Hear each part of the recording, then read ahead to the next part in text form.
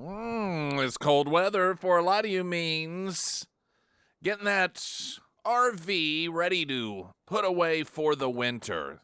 Some of you don't have storage facility to protect it from the elements. Wilder RV can help you get ready. Maybe the end of the year you want to trade up, trade down, take advantage of some of their end of the year deals. They offer full spectrum of repairs if that's what you're needing to do. HVAC, plumbing, electrical, water damage, slide outs, appliances, you name it, they can take care of it. That is Wilder RV.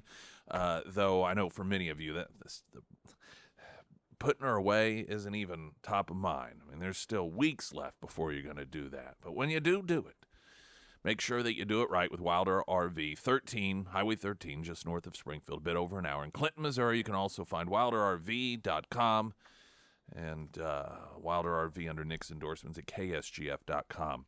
There's been, obviously, a lot of discussion. Everybody gets put in these silos for the election. And there's only one area right now that Kamala is doing, I wouldn't say better than expected, but on track where they would like her to be, and that's women, which is about half the population.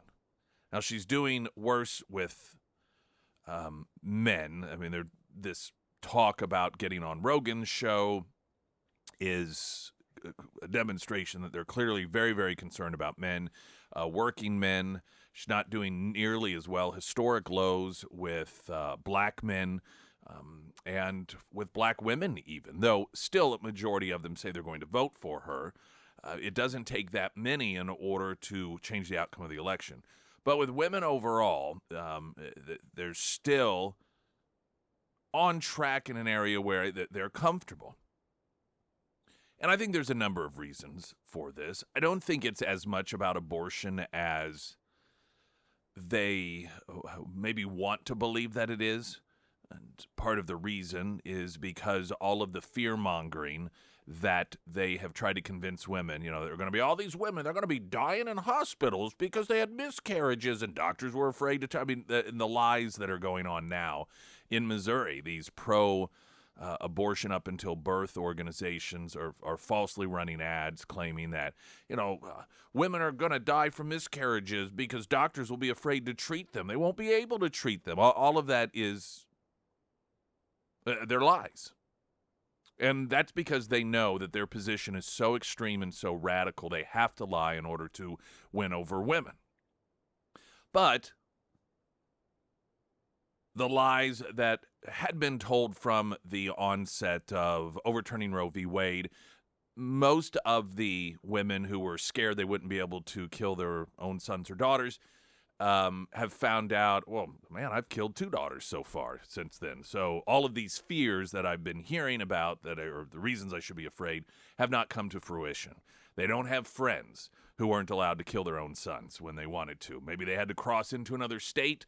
But listen, if you want to kill your own child, some would argue, that's not too much of a hill to climb, just crossing over into another state. The reality of it is that without question, when it really comes down to it, the party that is for protecting women and girls has become the Republican Party. Though they don't do it nearly to the degree that they should. Some do. And so much of it surrounds these girls that are dismissed as crazy, as being problematic, as being complainers whenever they're losing out on scholarships and advancements in sports because of boys that they're told they have to keep their mouths shut like a good little girl and compete against boys. Arguably, the most anti-woman component of it is dismissing them. There's a woman a couple of weeks ago who's running for Congress, she's a Democrat, claimed that women have no problem, girls have no problem whatsoever competing against boys.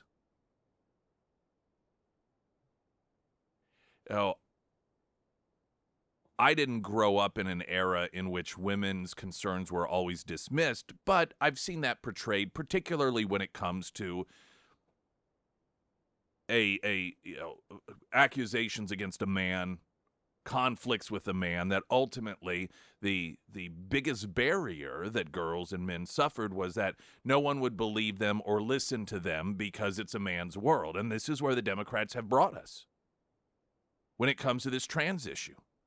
Right back to dismissing these women, dismissing these girls, accusing them of being hysterical. Maybe you need to see a counselor. This is what some college girls have been told when they don't want to take a shower with a boy. You probably just need to see someone. Now, there are women and girls that are speaking out.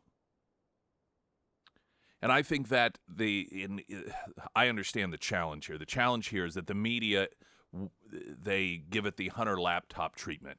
They keep it quiet. And they keep it quiet because they are part of the effort to suppress women.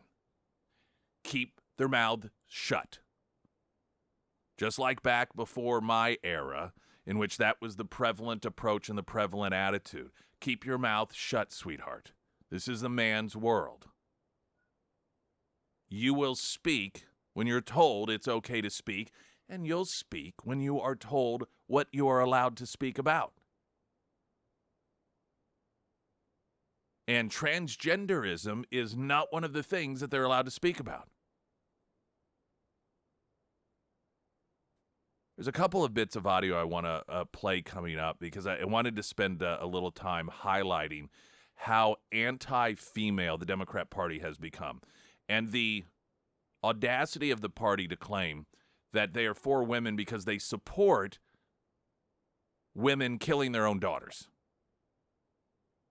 It still amazes me when you hear a mother or a father that talk about, I think about my daughters in the context of abortion, not from a pro-life perspective.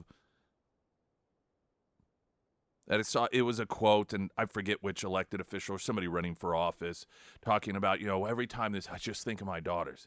And, like, that you should have been able to kill them? That's what you're thinking? I mean, that's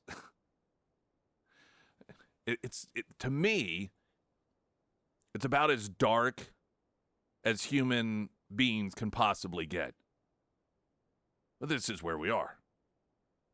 And you got two versions of what it means to be pro-girl, pro-woman. You have the version that says protect them, and then you have the version that says if you are a girl, your mother should be able to kill you at some point in your life. Though they still haven't defined what that point is and when the cutoff is. Seems pretty straightforward. I want to play some audio coming up here. There was an event, and it was an event protecting and highlighting women and girls. And a 14-year-old female track and field athlete spoke for a few minutes about what it was that she was forced to go through, not just losing out first place to a boy, but the onslaught of anti-female hate that she and her family received because she opened her mouth. She didn't understand her place in the Democrats' country 2024 as a girl. Also, look at that weather here in just a moment. Streaming live, KSGF.com. Also, YouTube. That feed with video is sponsored by Springfield Raps, designer of the KSGF studio. Now the latest news update.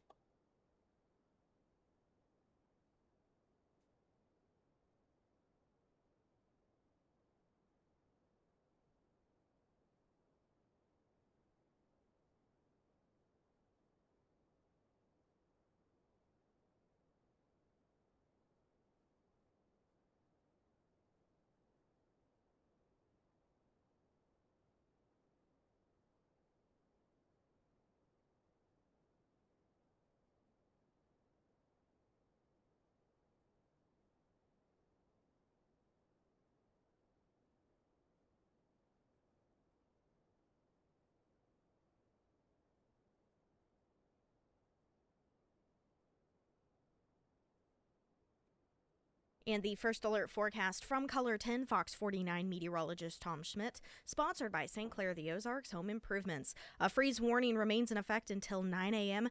Today we'll see widespread frost before 9 a.m. and then otherwise sunny with a high near 61. Tonight clear with a low around 35. For your Thursday, we'll see frost in the morning and then sunny with a high near 67. And on Friday, sunny with a high near 71.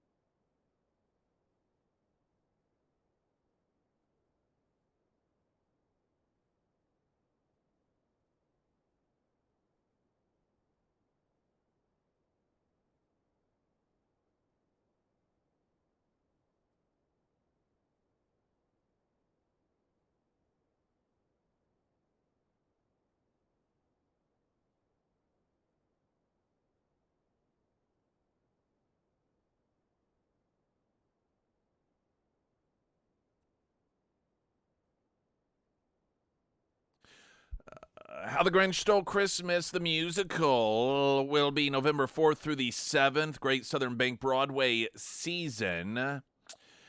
You can get details, plus your chance to win by going to ksgf.com. Want to get registered there. And also, Alamo Draft House, we are going to have a Halloween movie party Saturday, October 26th, invitation only. We're going to have a theater available. We're going to be showing The Hunt. It is a violent movie, just so you're aware of it. Don't want you to think, oh, The Hunt. Is it a rom-com, a hunt for love? That's not what's going on here. It's sort of Halloween-ish in the context of thriller and intensity. But it also has a political bent to it. It came out several years ago. I think it's a good movie. I enjoy it. It's got some dark humor to it as well. If you want to get a pair of tickets to join us for the private screening, just head over to ksgf.com, get yourself registered there, and then at the end of this week or the early part of next week, you'll be contacted if you want. And that includes popcorn and drinks, and then if you want to purchase anything beyond that, you are, of course, more than welcome to do. This is going to be an evening showing, as opposed to the last event that we did at Alamo Draft House, which was an afternoon showing.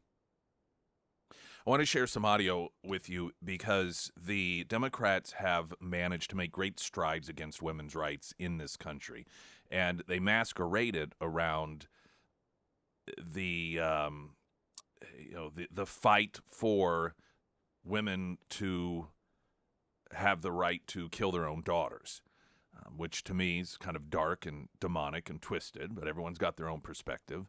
Um, when it comes to what girls have continued to be forced to deal with because of the Democrat Party and putting boys first in the context of transgenderism, this is getting so ignored. The media ignores it. And I think it's one of the most damaging things and insulting things that you can do to a woman after victimizing them is dismiss them, is to cover up their complaints and to tell them to keep their pretty little mouths shut.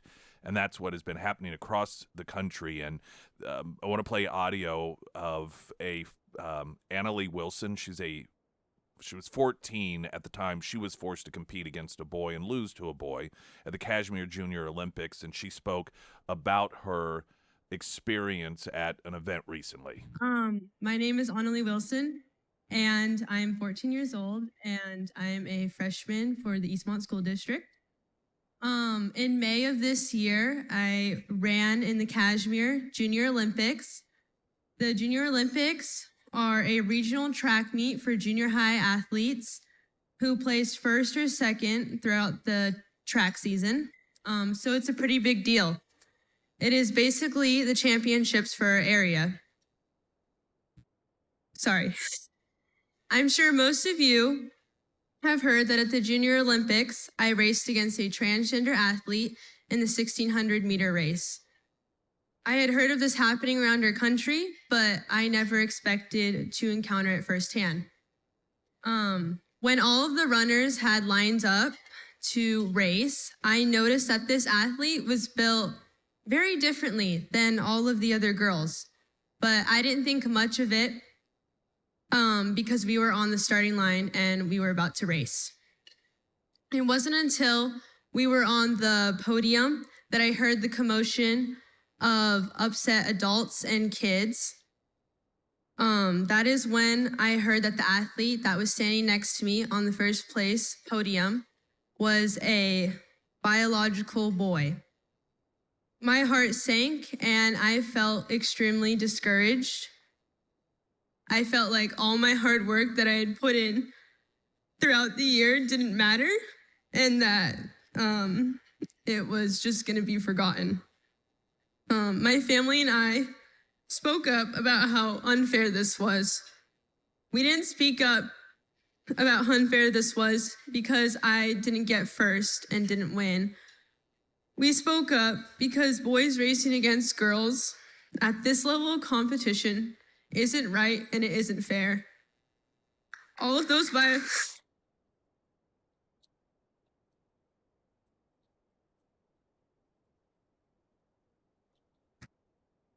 of those biological girls standing up there next to me had worked just as hard as I had throughout the entire season.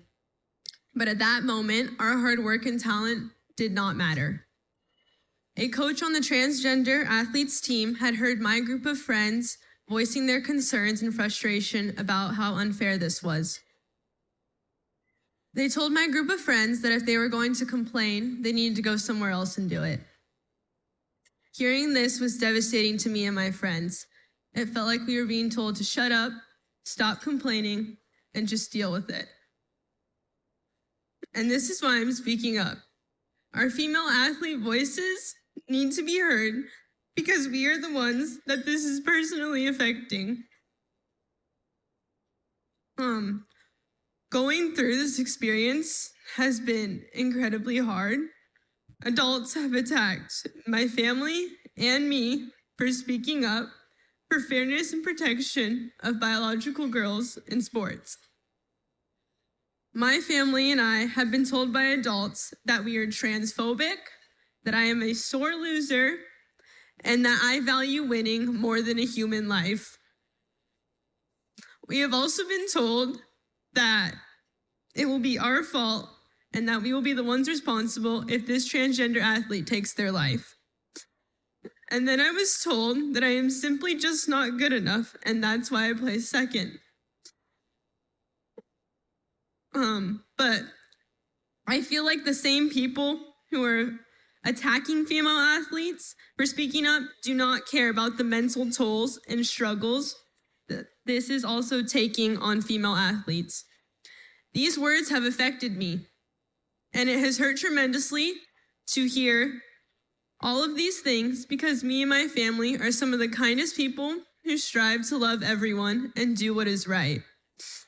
I have had severe anxiety and panic attacks as I have been trying to prove to those who say I am not good enough by training even harder. What hurts the most is that no matter how hard I train or how hard I push myself, the likelihood of beating a boy is slim. I have learned so much going through this experience. My biggest takeaway is that allowing boys to compete in girls' sports isn't working and it is not fair. It isn't fair and it isn't working for biological girls, and it isn't fair and it isn't working for transgender athletes. Thank you. No matter where you stand, failing to protect women's sports is wrong. So much hate and conflict has come from both sides. The things I have heard about this transgender athlete and me are awful and damaging. I am only 14 and I shouldn't have to deal with these kinds of adult issues. But here I am. Thank you.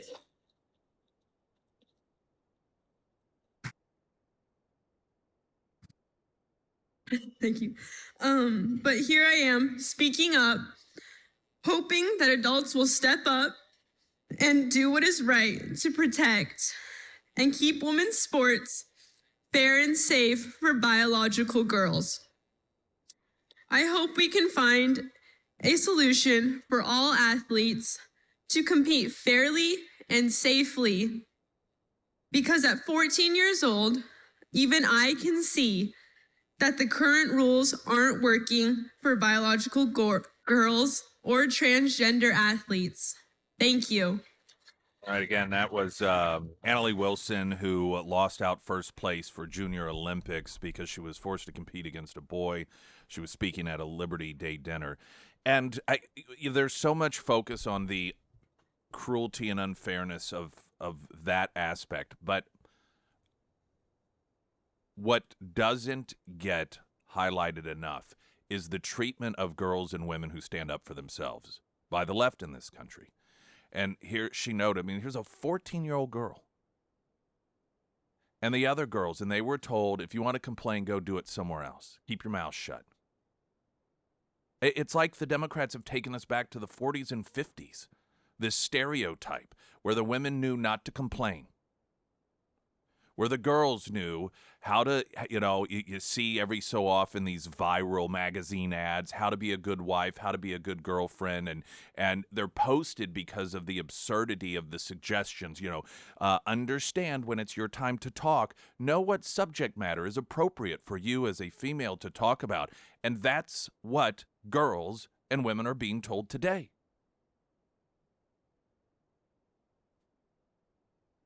And the acknowledgement that here you have, at the time 14, she may be 15 now, that acknowledges that when she realizes the reality of the culture of sports that has been cultivated by the Democrat Party in this country, she feels like, what's the point? No matter how hard I train, I am not going to be able to beat a man or a boy. This is the party of women? This is the party that's standing up for women's rights? Are you kidding me? I have some more on this that I wanted to highlight this morning as we continue on. Pyramid Roofing Company talk at text line 447 KSGF. I'm Nick Reed.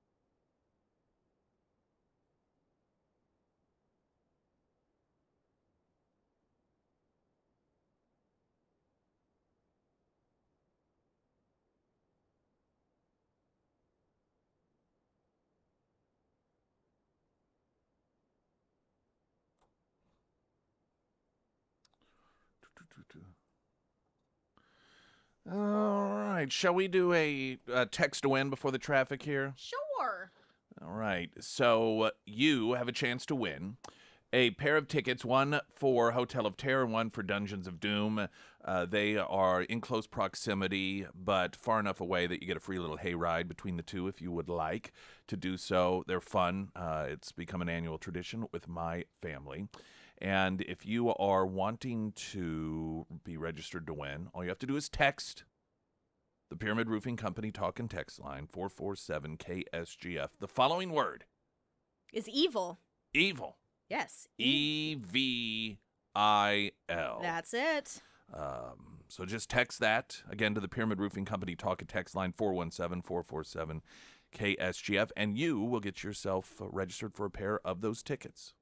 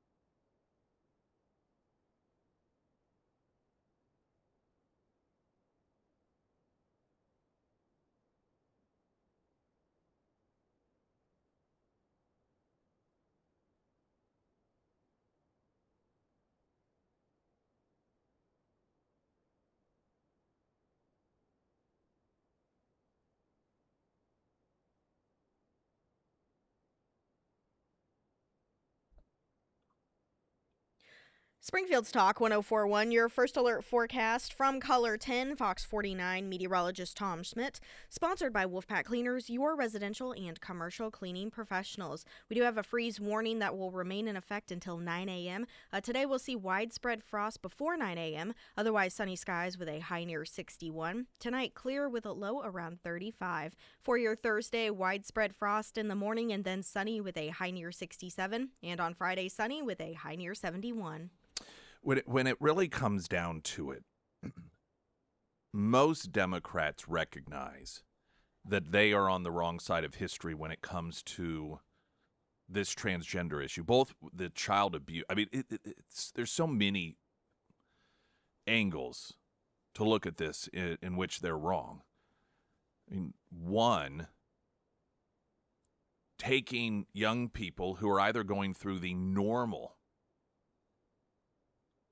sort of angst of puberty, where once upon a time we understood the healthy approach was saying, hey, you're going to get through this. Everyone goes through it. It's going to be a confusing time. You're going to feel awkward, but you'll get through it. You will be okay. Well, now those kids are targeted with you may kill yourself if you don't get a sex change operation. I mentioned the actress Joey King, and she had posted a video, and it was her holding a picture of herself when she was 14. I think this is just a thing that's done now, and they, talk, what would you tell yourself and so forth. But she was talking about how much she hated her body then, how she just felt so awkward, and she made it through it, and now she's this very successful actress. But if the left had gotten their claws into her, Lord knows what damage they may have done. Completely destroying her life. So they victimize that. And then there are some that actually do have, it is more than simply the angst of going through changes. You imagine, incidentally, I thought of this because you used the word changes. If women going through menopause were treated the same way as young people, particularly girls going through puberty, as you're kind of feeling different and uncomfortable, can you imagine that? There are some, however, when young people are struggling with their bodies, particularly girls, it's because they're victims of sexual assault. And they internalize it, feel like, the reason that I was sexually assaulted is because I have breasts, or, they kind of internalize it and make themselves feel like the bad person. So if I only wasn't an attractive female. And they're victimized on top of it by being targeted by the transgender movement. So you have that. Then, of course, you have the females that are forced to compete against males. In Texas, there was a debate last night, but Senator Cruz and Allred, I think is the name of his Democrat opponent, and the Democrat was taking the position, oh no, I'm not for boys competing against girls, because he knows.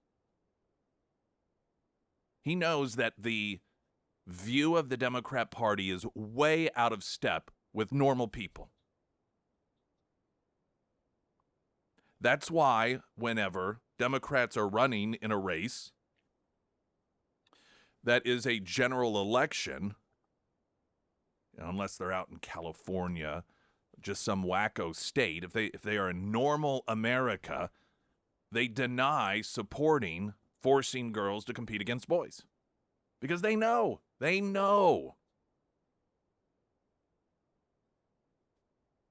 There's an ad from an organization, XXXY Athletics.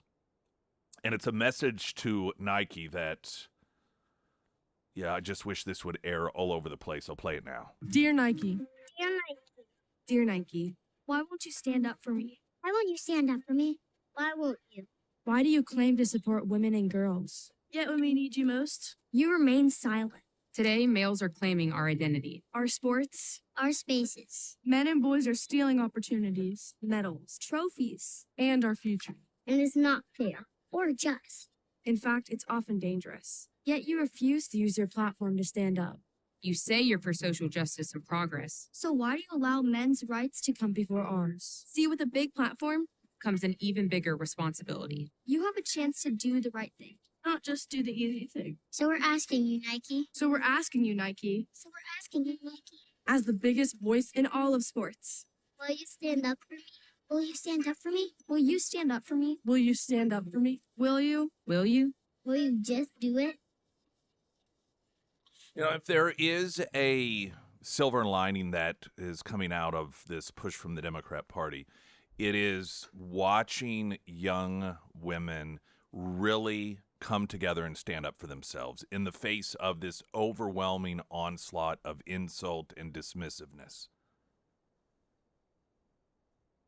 The audio of the 14-year-old athlete that I played earlier talking about her experience being forced to compete and lose against a boy in the Junior Olympics, she was actually told that if she didn't keep her mouth shut, she could be responsible for the boy killing himself. Adults told a 14-year-old this. 14-year-old girl. That's psychotic. They're beginning to stand up.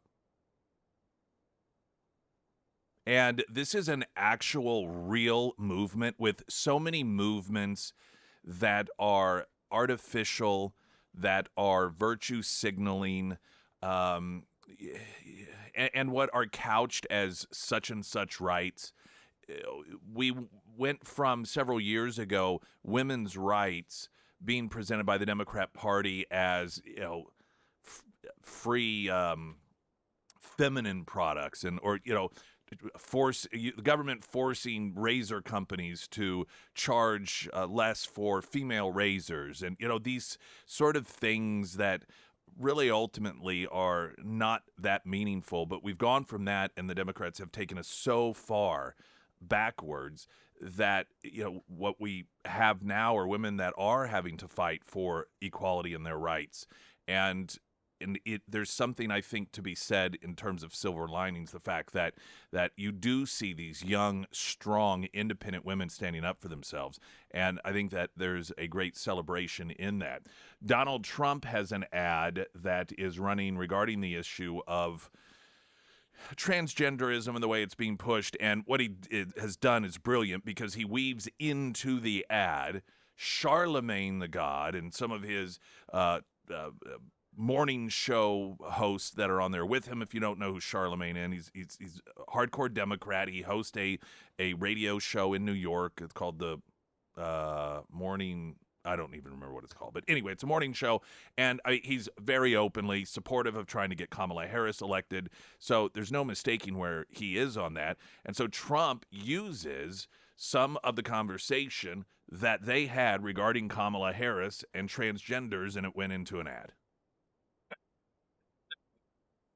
Surgery for prisoners. For prisoners, every transgender inmate in the prison system would have access. Hell no, I don't want my taxpayer dollars going to that. Kamala supports transgender sex changes in jail with our money. Kamala even supports letting biological men compete against our girls in their sports. Kamala is for they, them.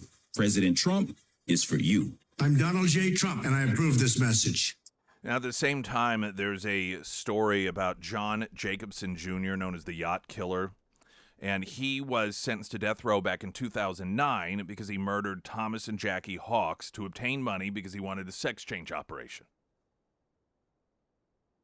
Well, he finally was able to achieve his goal of getting a free sex change operation, courtesy of the taxpayers, because of policies put in place by Kamala Harris.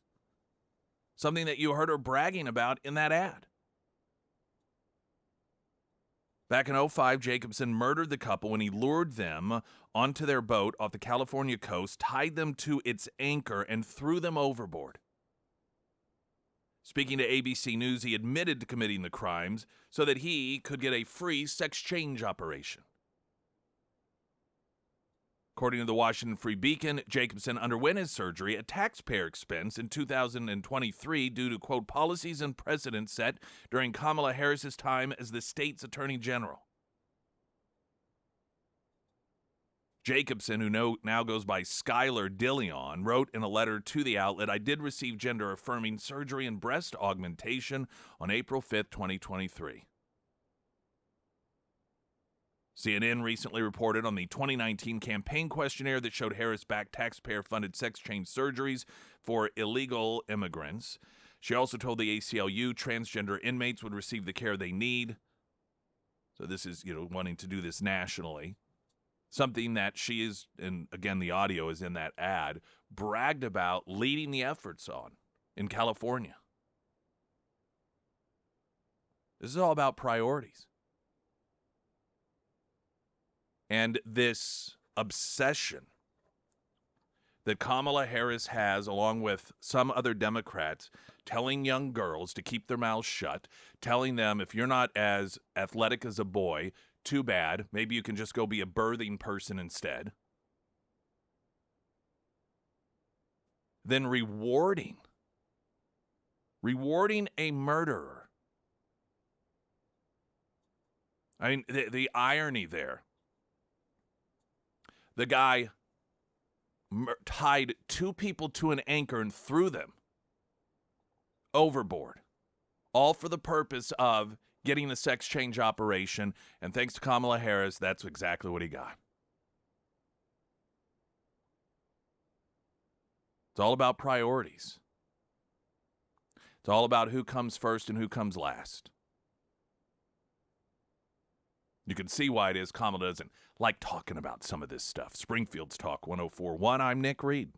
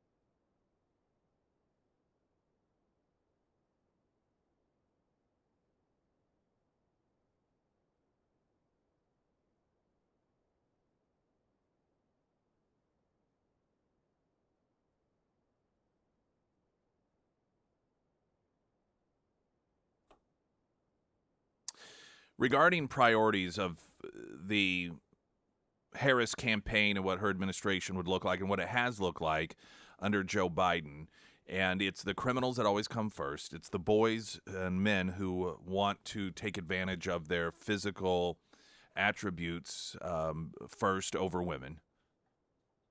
These are real things. When I hear, Don Lemon. Was it Don Lemon? I've heard numerous Democrats talk about how, women, they'll vote against Trump or for Trump against their own interest. I'm like, do you know what's going on in the world out there?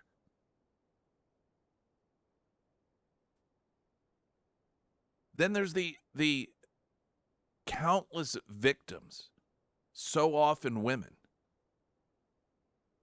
at the hands of illegals that have been allowed into this country by this administration, and the great border czar, Kamala Harris. Any given day, you can find a story like the following.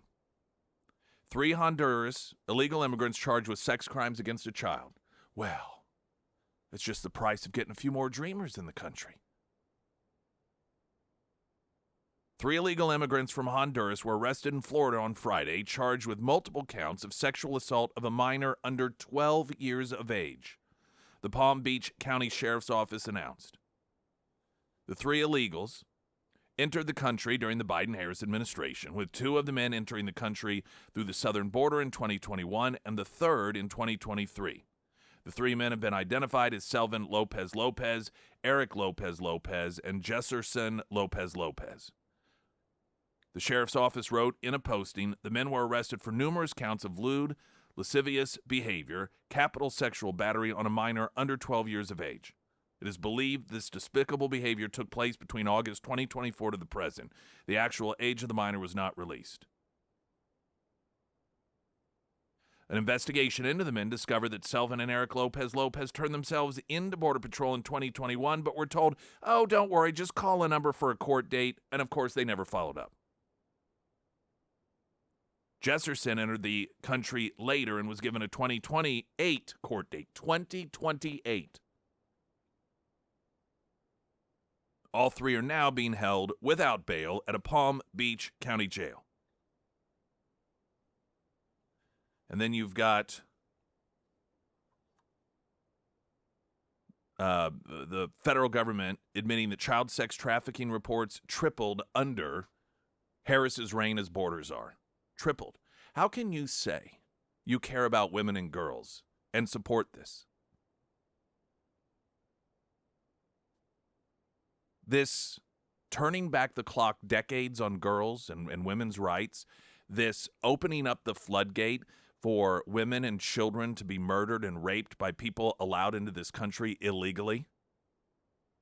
Even Bill Clinton said of the brutal rape and murder of Laken Riley, had he been vetted and then not allowed into the country, this wouldn't have happened. Even Clinton admitted it. Which, by the way, her parents have spoken out, made a statement thanking him for speaking the truth, though apparently by accident, because clearly that doesn't bode well for the Harris campaign. How many, is there a number, I'm wondering, for those people who support these policies and want 4 more years of it? Is there a number of girls that get raped before you say, okay, that's enough? I'll tolerate 20,000, 30,000. How many young girls have to get raped and murdered? I mean, can you at least just give a number before you decide not to support someone who implements these policies, making these things likely to occur? Just be nice to get some sort of sense of how far this has to go and how many women have to give up their innocence and their lives in order for some people to decide, yeah, maybe that's just enough. Springfield's Talk 1041, I'm Nick Reed.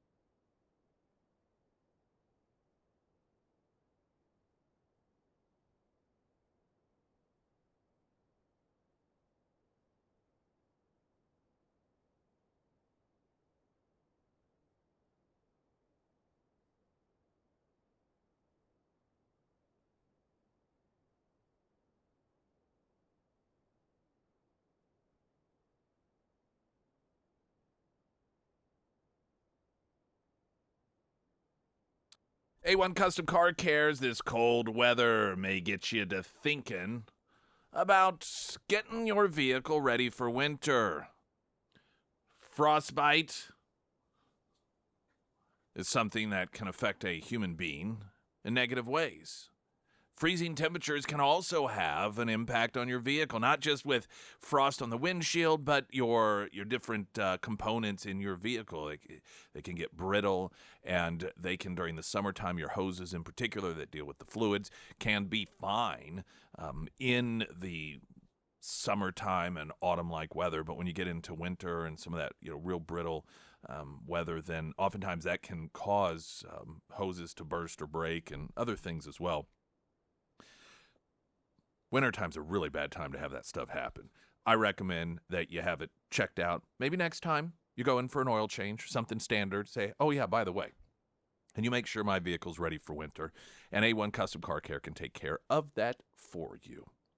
You can find their contact, location information, ksgf.com under Nick's endorsements. Someone had put forth a question on the Pyramid Roofing Company talk and text line. That's a good question, because it's a question that oftentimes gets thrown out there.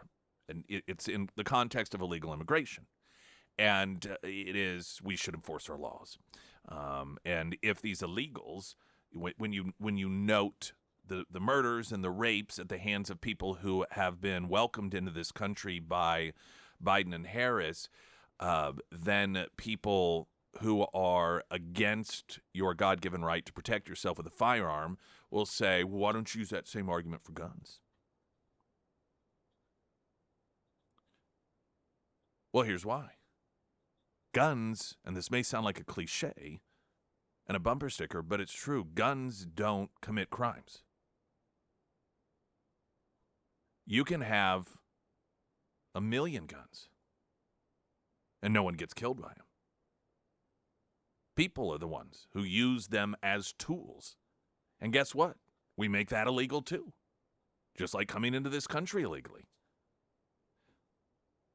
And if someone thinks that they are making a point, an anti-Second Amendment point, by making that comparison, the actual comparison would be, we do make it illegal for people to murder other people. And we hold those people accountable. We don't just let them willy-nilly like, well, we've got to have a pathway to something or other. So we'd love for our border laws to be enforced when it comes to illegals to the degree that our murder laws are enforced. That'd be fantastic if we enforced all those. In fact, that's what people who are supportive of stopping illegal immigration, that's all they want, is for people who come into this country illegally to be treated like all of us. Not to have the advantage of being able to break the law and then get rewarded for it with cell phones and gift cards and stays at fancy hotels and bus rides across the country and flights to, anywhere the Biden administration wants to put these people and free housing. So if someone ever from the left tries, because they really think, oh, I got you now. Well, you want to ban illegals. And you say that's going to help the problem with the illegals who commit these crimes in this country. Why not guns? Well, guns haven't done anything illegal. The moment that a gun on its own commits an illegal act, then I fully support holding that gun accountable. Any firearm that commits a murder all by itself, yeah, I fully support locking it up. Put that gun away, 100%. But until that time comes, we will continue to, theoretically, in our judicial system, hold the people who use the guns as a tool to hurt other people accountable. And what most law-abiding citizens want, polling shows, is that for people who come into this country illegally to be held to the same standards that the rest of us are. If you and I break laws, We don't have people saying we shouldn't be held accountable. We should be rewarded, get all sorts of free stuff, and then jump ahead of the line. What happens if you drive a vehicle illegally? You have no license. No license plate, because, that's a hassle. Yes, millions of Americans are able to do it, but, you got things going on. Now, imagine if you got pulled over and you had no license. If you, or if any American in this country were treated like our country treats people who come into the country illegally, well, you'd probably get a free car to drive around. You would be asked to show up 6 years from now in court. In the meantime, sent on your way to continue doing what you're doing. Then when people who had license complained about it, you'd have people telling you, well, we need a pathway for this guy or this gal to get a license. Well, there is a pathway to get a license because millions of people do it in this country. Every single day, people take that pathway to get a license. Speaking of, in fact, today, where is it? Is it in Springfield? Yes. Here, it is. Hold on. Let me pull up all the information. Here in Springfield today, there are going to be people from countries all over the world who are going to become U.S. citizens at a ceremony because they use the pathway to citizenship. I get so sick and tired of hearing the call for amnesty rewarding millions and millions of people who cheated the system being couched as needing a pathway to citizenship when there is one. It's used all the time. In fact, last year, many of you who listen a lot heard us talking with Katie, who was born and raised up until middle school or high school in Siberia, came here, went through the process, took the pathway to citizenship. She's going to be voting in her first election ever coming up. So where's I said today? And these happen all over the country all the time. Yeah, and you just never really hear about it. No, of course not. Yeah, I just happened to get a press release on it, and I sent it to you, and I was like, we should talk about this. We really should. So 116 new citizens today. That is what's going to happen. 11:30 a.m. The ceremony is going to be held at Juanita K. Hammonds Hall for the Performing Arts. That's on Missouri State University's Springfield campus. The ceremony applicants, they are representing 46 countries. That's today, 11:30 a.m. That's called a pathway to citizenship, folks. And what a disgusting shame it is that these events that take place daily across this country is not celebrated. Instead, you have one political party in particular running around celebrating people who come into this country illegally. Oh, they're called dreamers. And then they shovel out this crap. Well, these are people who would just do anything for a better life, except do it legally. Apparently, they're not willing to do anything for a better life for them and their children because they didn't bother to take the pathway. This is one area in which I really wish Republicans were much better, at least those who actually are for a secure border, at pushing back every time yes, Senator, or yes, Congressman, but, pathway to citizenship, there is one. It exists. And it makes as much sense, their argument for this pathway to citizenship argument, as it would me refusing to get a driver's license, driving around, and then when I get caught, say, well, there needs to be a system set up so that I can get a driver's license. There is. Simply because I choose not to do it doesn't mean that there isn't a pathway for me to get a driver's license. Anyway, so the origins of what I was just talking about was based off somebody asking a really good question. Well, what do you say to people who are like, well, you want to ban illegals in order to cut down on crime? Well, why not ban guns? And if you missed my explanation for that, then you can go back and listen to the podcast, wherever you get it. KSGF.com, Spotify, iTunes, or one of the other 1,000 weird places I've never even heard of that carry our podcast. Latest news update.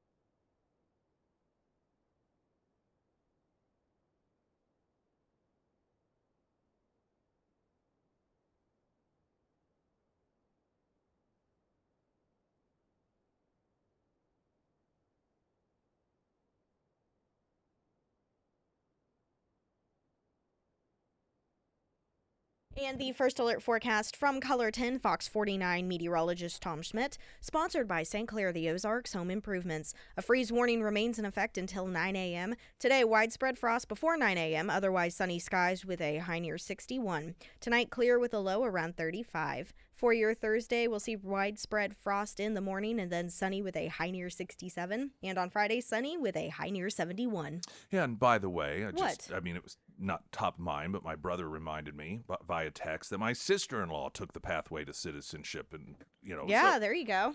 I got it in the family. I know of what I speak. Pyramid Roofing Company talk and text line 447 KSGF. I'm Nick Reed.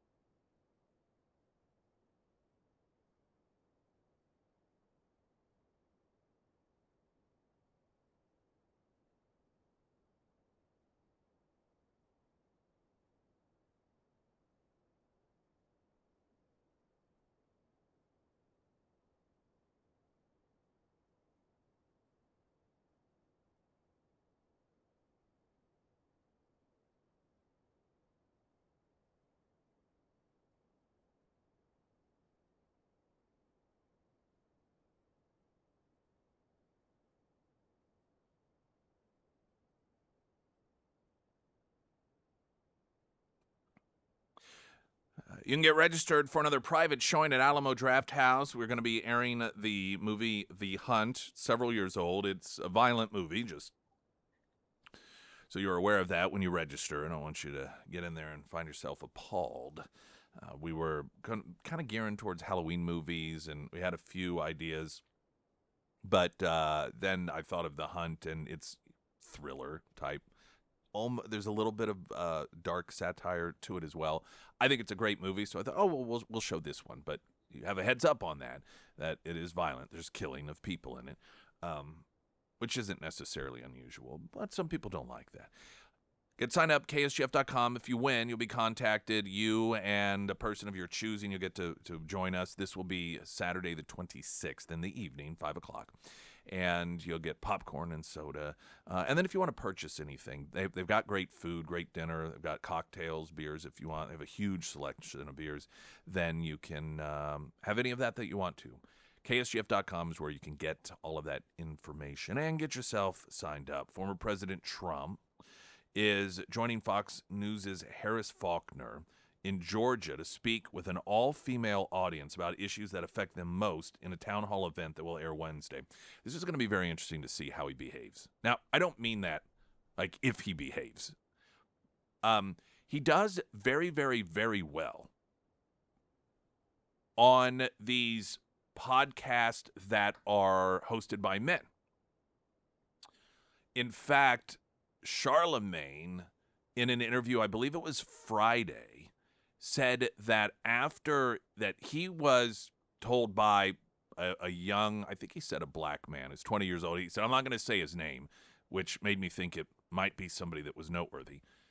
But said after Trump did that interview with the comedian Alexander, whatever his name is, I don't know, I can't remember the name. I sat and watched the whole podcast, or listened to it anyhow. Charlemagne said he told me Trump just won the election with that interview. And it's, I think in particular with these comedians or the Joe Rogan types, it isn't so much that they're funny, but they're just asking questions as real people. This is, to me, there's this really fascinating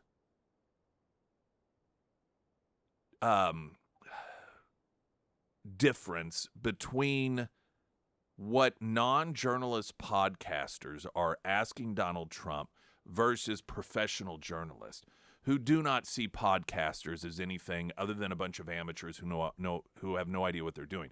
But what I find fascinating about it is that the things that the podcasters are asking are things that are so much more relatable to and they're not asking gotcha questions. They're not asking questions to try and help one or the other get elected. I mean, you look at the level of honest journalistic integrity in the mainstream media today versus a Theo Vaughn or a Joe Rogan podcast. And what's sad about where we are in the country today is the podcasters demonstrate a much, much greater degree of ethical journalism than the, quote, actual journalists do. I mean, you've got CBS under fire because they edited the Kamala Harris answer regarding, I don't even remember what it was specifically, but they took it and they edited it down to rebroadcast to make her seem a little less incoherent. And now you've got Speaker Johnson. He did an interview with CBS in which he was asked, I think it was about, it was about hurricane response. And they edited his answer in order to make it seem as if he was saying something totally different. Now, what someone did in his case, and it may have been him, which was smart, they were recording the actual interview on his phone or on a phone. So you have the CBS aired version, and then you have now out there, and I'm not sure if it was Johnson's office that did it, but it's out there, his actual answer. You don't have these podcasters chopping up and editing answers in order to make them sound as if the people are saying something different than they're saying. I mean, that's something that once upon a time, the media would have just publicly fired someone if they did it. Now, I understand that for the purpose of time, there are going to be things that get edited out.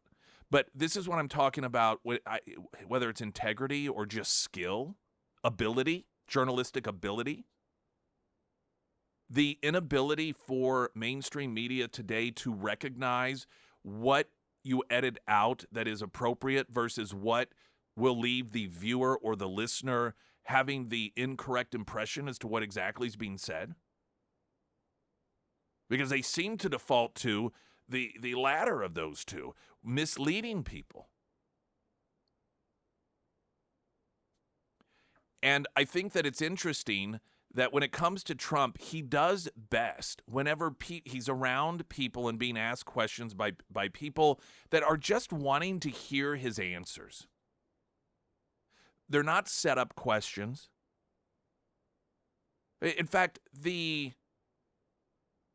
most recent interview he did with a number of those comedians, one of them at the interview, it told him, if I had one request, it would be more mindful of your tweets. And Trump kind of joked. He's like, oh, okay. Yeah, I'll just, he was kind of joking with him a little bit.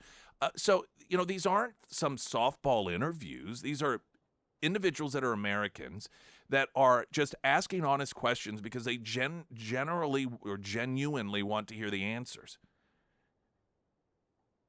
And I think that it is in a nutshell, if you listen to, let's say Donald Trump, for example, in an unedited podcast, you get a much more honest understanding of what he believes as opposed to if he's doing it with a real journalist. And that's sad. And I say real journalists with quotes, someone with a degree who looks down on podcasters as amateur hour. I'll play, in fact, just an example of the audio splicing that CBS did of Speaker Johnson regarding FEMA and the funding issue and their response to the hurricanes. So you can see yet another example of their attempts, and as always, with the mainstream media, when they edit a Republican, it's to make them look bad. When they edit Kamala Harris or a Democrat, it's to make them look good. There's no bias there, of course.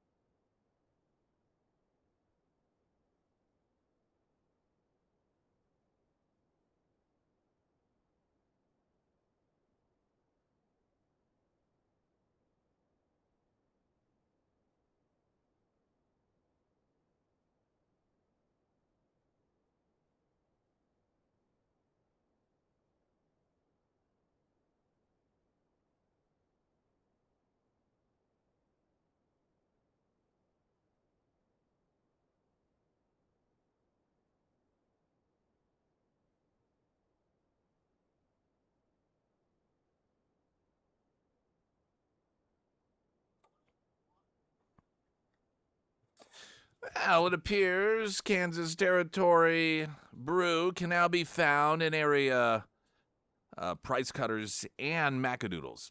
We've been talking about their entry into the marketplace for some time, courtesy of Show Me Beverage.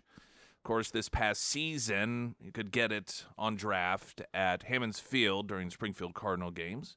Now available in Macadoodles and Price Cutter, Bradford Light, It's your go-to beer. Speaks to the dedication of the hands that built the heartland out of Washington, Kansas.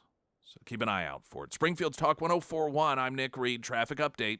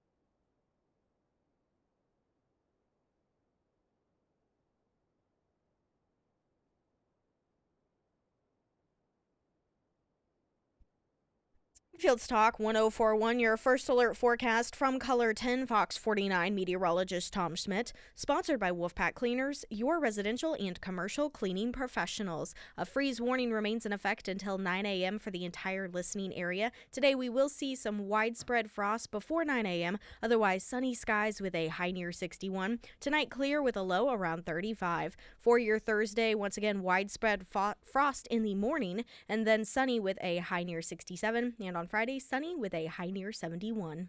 I want a great homeloan.com, all of those home loan needs, and you may, with interest rates changing, get flyers in the mail, pamphlets, letters indicating that you can get a really, really low interest rate that is lower than you actually think is legit. And there may be legitimacy to it, but it's not as easy as just refinancing with few fees. You got to buy points. You got to do all of these different things that could cost you a lot more than you have available at the time. I want a great homeloan.com. They're straight up, they're transparent. Call them for a second opinion on that stuff if they aren't your first go-to, particularly when it comes to refinancing, but also all of your home loan needs. I want a great homeloan.com because you do. Now, Trump is doing this women's town hall in Georgia. And I was noting that Trump does really, really well when he's talking in sort of the group setting with men. Now, this is, it's going to be Faulkner that is at Harris Faulkner asking the question, so it may be more of a one-on-one situation. I'm going to be interested to see how this plays out, and here's why. Trump, regardless of what people want to claim, Trump does something that many people like to tell themselves that they also do, but they don't. And that is Trump really does treat, in terms of conversations and communications, everyone the same way. He talks to women the same way he talks to men. And as much as the left in particular claims that that's what they want is equality, it is the furthest thing they want from equality. I mean, they do not want it. They demand that women be treated and talked to differently than women, that men and women be treated. This is where the whole concept of mansplaining came from. Men are allowed, according to the left, to give advice to other men. If a guy is needing help, fixing something, it's no problem at all for a guy to come over and be like, oh, here, let me show you how to do it. But if you do it to a woman, you're mansplaining. And that's wrong. Don't mansplain. So the left and the media drives a lot of this. They parade themselves around as if they're great champions of equality, but they actually demand behavior that is out of line with equality. And Trump just treats people the same, regardless of sexual orientation, regardless of skin color, regardless of gender. These are things that are irrelevant to him because his eye is always on some sort of goal, whether it's an acquisition or a building project or the campaign. And the people that are around him that he works with, he's not interested in all of these other little things. So he just talks and communicates to everyone the same way. And so I think what there is, potentially a chance of is that Trump is going to talk to women in the exact same way that he would talk to a man, and he is going to be criticized for it. He'll be accused of mansplaining. He'll be accused of, being intimidating. I mean, that's just another one of the double standards that we heard about, going into the debate with Kamala, or when he was debating Hillary Clinton, that he was invading her space. That that it was this sort of alpha signal. Now, of course, if he had done it to a man, there would have been no problem whatsoever. But these double standards that are required by the Democrats and the left in this country between men and women, there's a chance that's going to be activated, if you will. They're going to use that and accuse him of being anti-woman because he's actually just having conversations and treating women like they're human beings, because to him, that's what they are. So we'll see how it goes. It may be relatively uneventful, but I suspect the greater of a success it is, the greater we're going to hear the media claim that it was this horrible event and it just proved that it doesn't make any sense for any woman to support Donald Trump. Now you got VP. She's going to sit down with Brett Baer. There's a great amount of speculation as to how this is going to go, whether he will ask her a lot of great questions or is he going to default to not pushing her too hard because they don't want to fulfill this stereotype that Fox News is on Donald Trump's side, which is laughable if you understand the people who run Fox News. I happen to think that Brett Baer does a pretty great, straightforward job. Not that that means that he's perfect. Some people accuse him of being anti-Trump. They say this is the only reason Kamala Harris is doing it. I don't think that's the only reason Harris is doing it. I think that Harris is desperate. And here's what they've done. They've tapped everywhere else.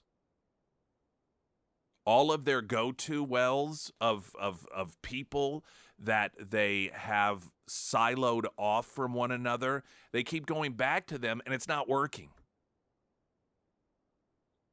They're not moving the needle when it comes to the average blue-collar worker in this country. They're not moving the needle when it comes to black men in this country. They're not moving the needle when it comes to Hispanics in this country in a way that they recognize would be meaningful enough to help her win some of these swing states. But where's an untapped well? All those hillbilly, backwoods, anti-science people that watch Fox News. And they have disgust for that segment of the population. I mean, you just listen when it's not an election season, the way that they talk about people who watch Fox News because it is independent from all of the major news networks in the way that it presents information. It's open to both sides. You know, you've never heard of Fox News hiring somebody that has a Democrat's perspective and then host refusing to have them on air and everyone pitching a fit until Fox News fires them. Fox News doesn't do that while other networks do. Which is why the Democrats can't stand them. And the fact that Kamala Harris's campaign has decided that she needs to go there is a sign that they realize that they have tried moving the needle with their standard go-to people, and it's just not working. So it's a sign of desperation. I don't think it's a sign that they think, oh, Fox News is on our side now, and so this is really going to nail it for us. Listen, here's how I look at an interview she does with a Brett Baer, even if he doesn't nail her to the wall, even if he doesn't ask follow-up questions. Look at what interviews have done for her on networks and people questioning her who are trying to get her elected, and she still screws that up. So I wouldn't worry too much about Brett Baer being a little light on her, somehow helping her, because so far she's demonstrated with all the help in the world, she still goes back 2 steps. Springfield's Talk 104.1, I'm Nick Reed.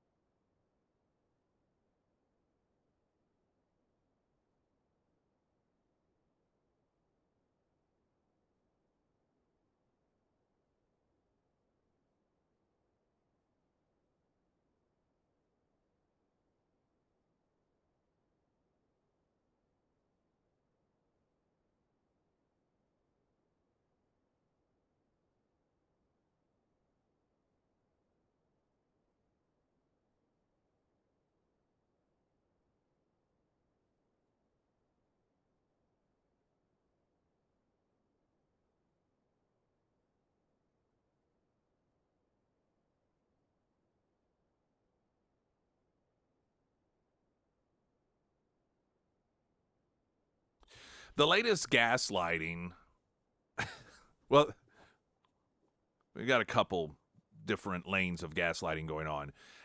Kamala, they've unveiled, it's every week they unveil some brand new plan, some brand new attack plan, which again is a sign of desperation. No consistency. Just throwing anything against the wall they can, seeing what works. And now it's that Donald Trump is the one who's afraid to do interviews. And that maybe it's because he's mentally unfit. Now, this coming from the woman who still to this day has not admitted that Joe Biden has cognitive issues. Kamala Harris's most recent evaluation of Joe Biden's cognitive abilities is that he is leaps and bounds ahead of other world leaders, and that he is able to grasp issues of great depth that others are unable to grasp. These are some of the things that she has said most recently. Now, it's been, months, but she didn't give any sort of update saying, oh, well, I was wrong, or I lied, or whatever her reason for not being able to figure this out. But so this is the woman that we're supposed to accept her evaluation of a person's mental capacity when they run for president after what she said about Biden? Also, I think it's hilarious how she's talking about, oh, he's scared to do interviews. And It's funny because there is a tracker of how many interviews the ticket has done. Trump Vance, they've done 78 interviews since August compared to 42 for Harrison Walls. So I really don't think I would use that as a talking point. Well, it's the gaslighting. Yeah. And they do it because they know that the media, they can say anything as absurd as it may be, and even if it's just one or two media outlets that lets them say it, they think, well, that'll hit some people, it'll resonate with some people. And, people's lack of faith in Biden's mental capacity and ability to function as an older person, well, boy, that really hurt him. So maybe if we convince people that Donald Trump has the same problems. But they get to the point they have to lie about stuff. And in fact, even ABC called out the Harris campaign. There was that event. It was a rally in the last several days, and there were two medical emergencies. And so Trump stopped his speech. And while they were tending to the individuals, he's like, you know what, I'm just going to play off my playlist. And so he played music and, kind of goofy danced around and everything. And then people eventually left. He just didn't feel it was appropriate to keep giving the speech with those things going on. Well, the Harris campaign pushed it out there that, Trump was just, look at him. He's confused. He didn't know what to say. He stopped in the middle of his speech. And even ABC News called it out as being dishonest. And so, just like everything else about this campaign, they have to lie. They have to lie about her record. They have to lie about his record. They have to lie about what's occurred. When he did the revisit in Pennsylvania, Butler, and over 100,000 people showed up. And I just kept thinking about Kamala Harris out there claiming that nobody's coming to his rallies, and the people who do leave early. I'm like, okay. A part of the other reason I think that she's saying these things is she's wanting him to respond. Because Trump has, for the most part, been pretty steady, and it's benefiting him. He's been out there on message, and it's benefiting him. And Kamala Harris is out there making word salad bars all over the place, and she's losing because of it. And so I think what she's trying to do by claiming that Trump is mentally unfit, by claiming that, his staff won't let him do 60 minutes, she's trying to re-engage him so he gets off focus.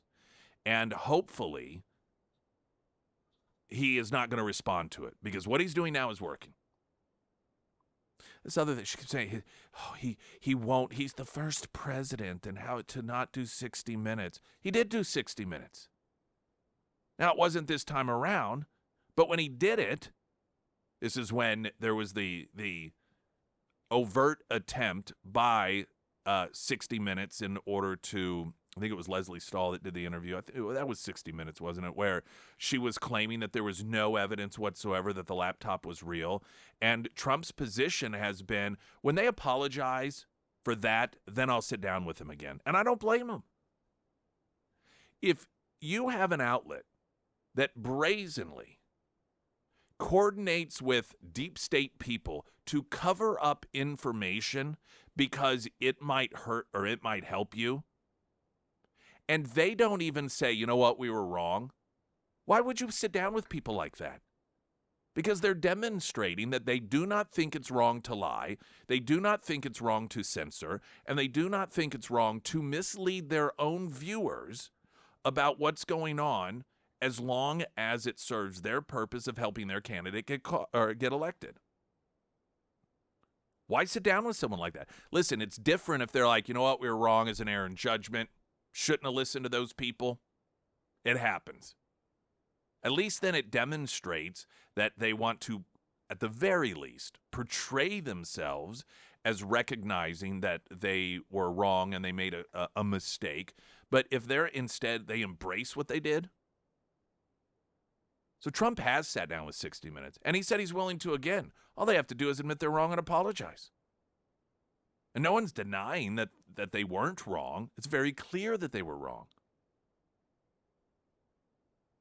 Anyway, I have some audio for the gaslighting is being carried out by operatives. And I will give some of these outlets, and what I'll play next is one of her advisors was on CNN and trying to gaslight, and CNN was like, come on, Kamala has, like, she's not doing a lot of interviews as well, so you can't really claim that's a cognitive issue. And I think the reason that you have CNN and some of these other outlets that in some instances are calling out her advisors is because, again, they're becoming quite annoyed at the fact that they are so ineptly carrying out this campaign that they're almost embarrassed for them. And so they're starting to call them out on some of these things that are so clearly not true. Springfield's Talk 104.1. I'm Nick Reed.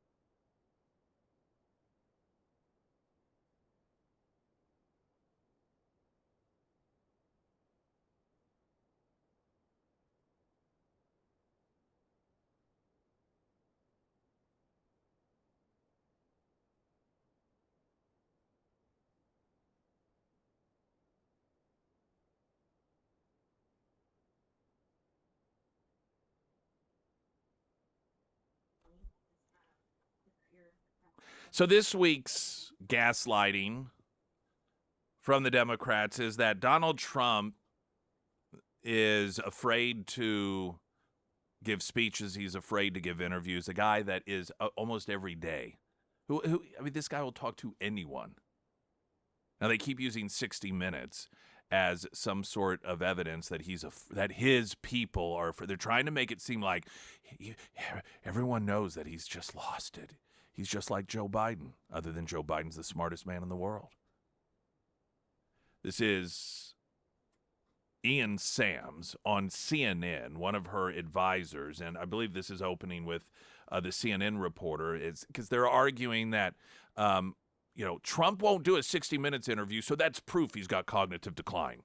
I want to ask you about something you posted on social media that is related to this. You posted a side-eye emoji in response to Trump dropping out of a planned interview with CNBC, alluding again to Trump's mental fitness. Now, the vice president was invited to appear with them, but declined. She also declined to be at that Bloomberg conversation, or to have a conversation with Bloomberg, I should say. She also declined an interview with Time Magazine. Declining media hits really isn't an indicator of mental fitness, is it? Well, I think anybody who thinks that the vice president's dodging tough questions should tune in tomorrow when she sits down with Fox News for an interview. And so I think she's out there taking questions even from really tough corners. Today, his appearance at Bloomberg was the first event he has done in one entire month with a mainstream media outlet. Everything else has been in conservative media or friendly spaces. So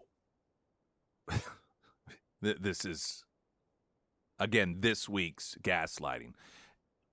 And here's why it isn't going to work. And I know when you hear it, it can get frustrating because you think, well, what if people believe it? When people are asked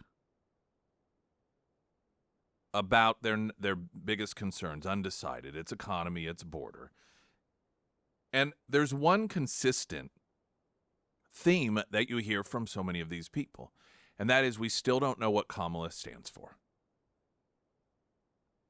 We don't know. And it isn't because she hasn't said, oh, she's for border security. It's because she has said the opposite before. It's because everything that she claims she's for today, people recognize, well, she said something in the past that's totally different. That's what some people who haven't made up their mind are weighing. That's what they're looking at. Not whether or not Donald Trump canceled a CNBC interview because instead he's doing 3 others. They keep campaigning on things that nobody cares about. You know, they try to bring up January 6th. People don't care about that. They try to gaslight us into thinking that Donald Trump has mental cognitive issues. They don't care about that. They're trying to make it, sound like Donald Trump is afraid to debate. People, you don't hear anyone out there saying, well, I can't really decide, but, boy, the fact that Donald Trump wouldn't do another CBS debate, this time with Kamala Harris, boy, I think that maybe she's the one for me. No one's saying that. And so with the top issues still being the economy and the border, every one of these new campaign themes that the Harris campaign keeps churning out almost on a weekly basis, none of them address the issues that people say are important to them. And by the way, that's the source of the frustration for Democrats. Like, why isn't she doing better? Why isn't? Because she's not talking in a meaningful way about things that people want changed in this country. And she can't, because if she does, she's going to be mimicking Donald Trump. News in 60 seconds.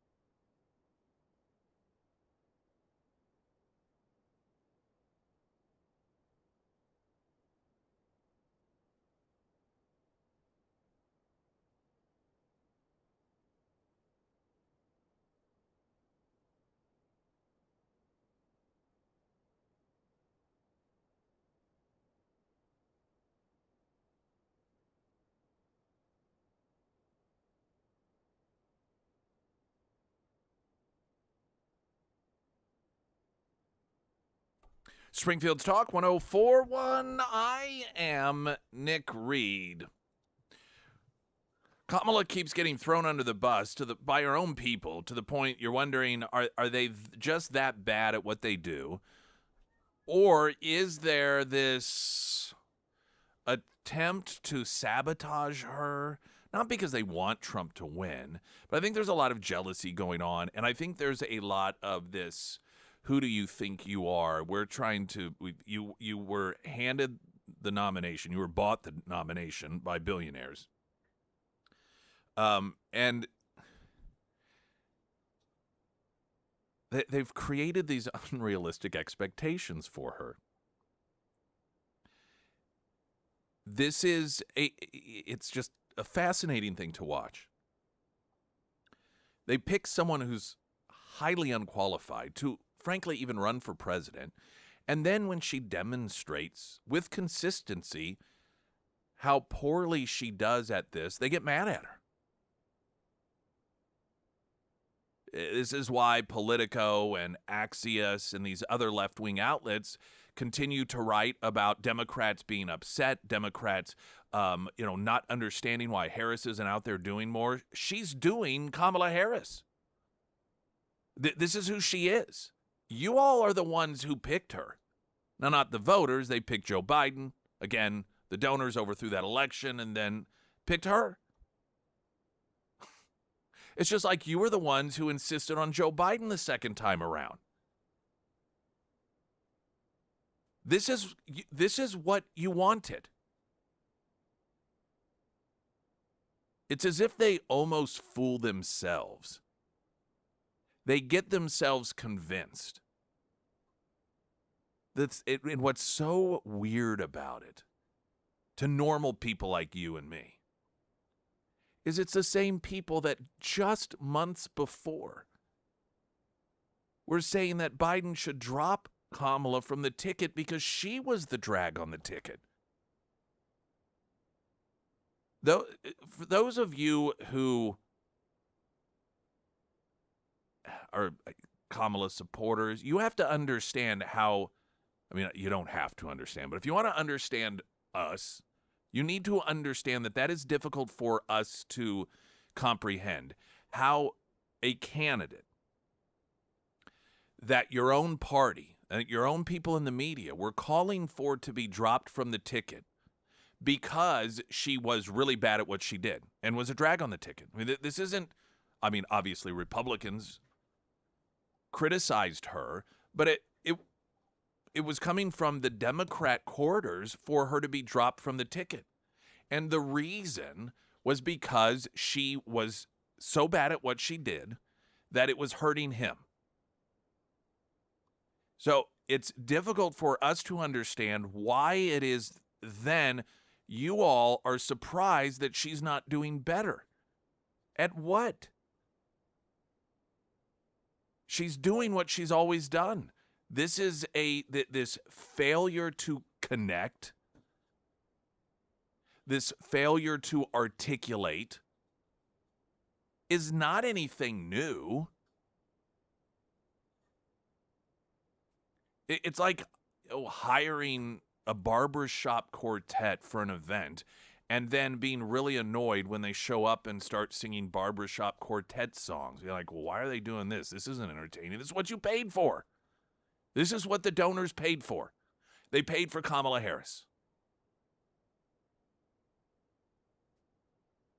Yet the people who then convinced themselves and voters that all of a sudden she wasn't a drag on the ticket and she's the greatest thing in the entire world are finding themselves dismayed and frustrated that she isn't somehow miraculously this fake figure that they have claimed she is, and that, like, if they just said it enough, it would just become true.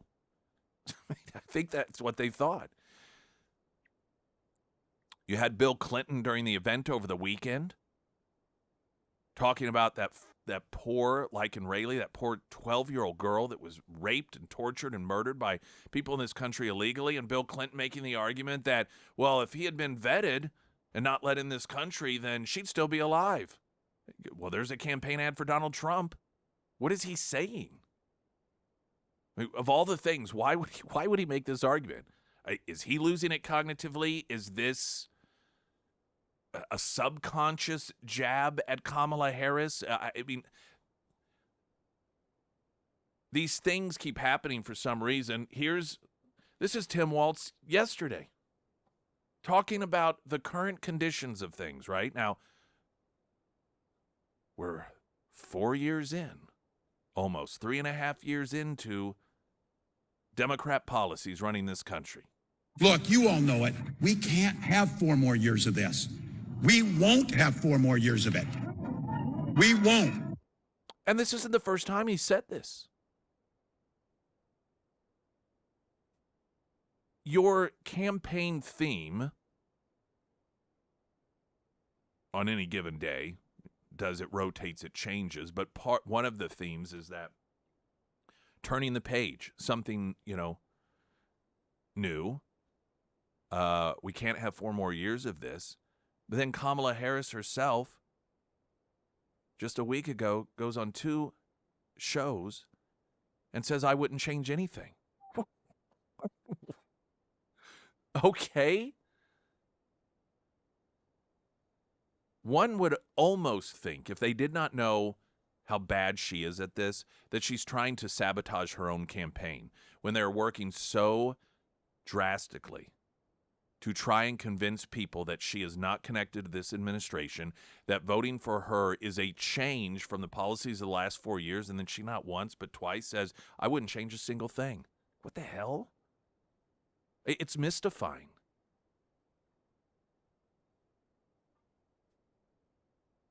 It sounds, I don't know if crass is the word, maybe immature to say, but I really, really genuinely think she's just a moron.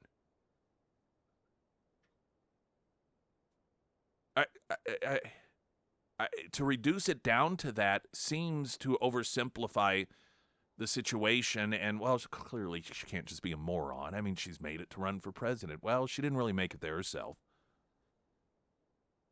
I've yet to be given any other explanation as to why she would say these things,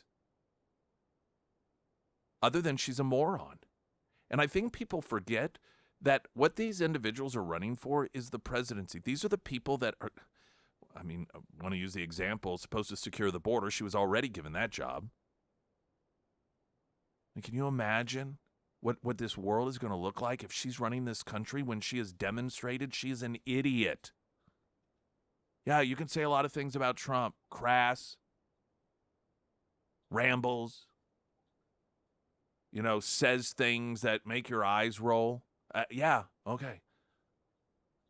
But Kamala, if we can't collectively as a nation acknowledge that she's an idiot and that maybe that should be disqualifying for somebody who's going to be dealing with other world leaders, some of which would like for us to be destroyed, is it any wonder why Iran has been trying to rig the election to make her president?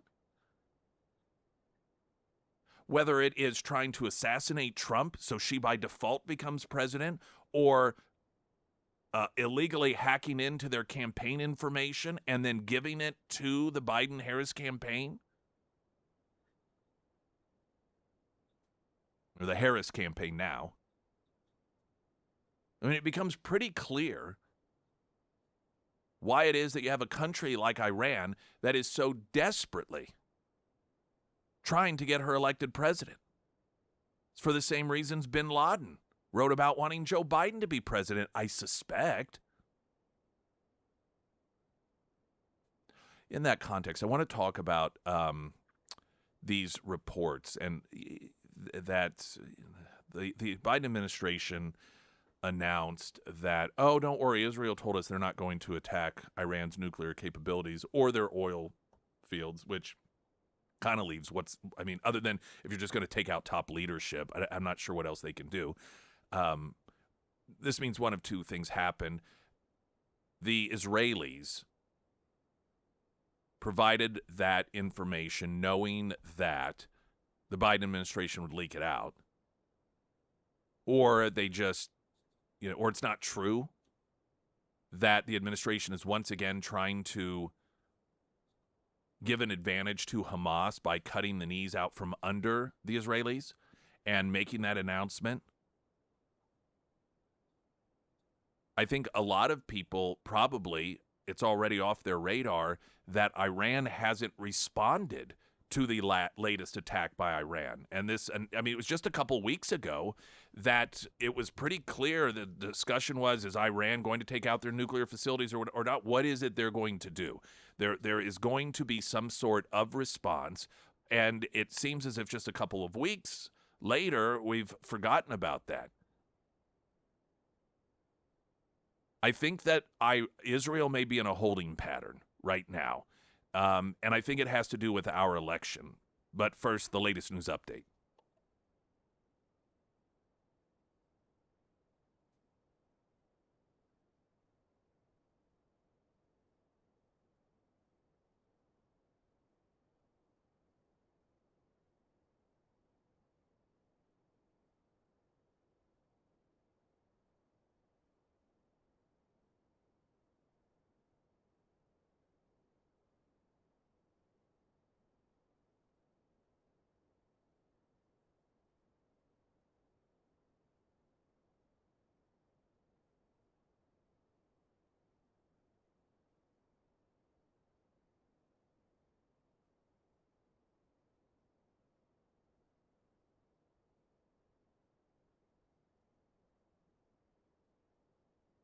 And the first alert forecast from Color 10 Fox 49 meteorologist Tom Schmidt, sponsored by St. Clair the Ozarks Home Improvements. A freeze warning will remain in effect until 9 a.m. today.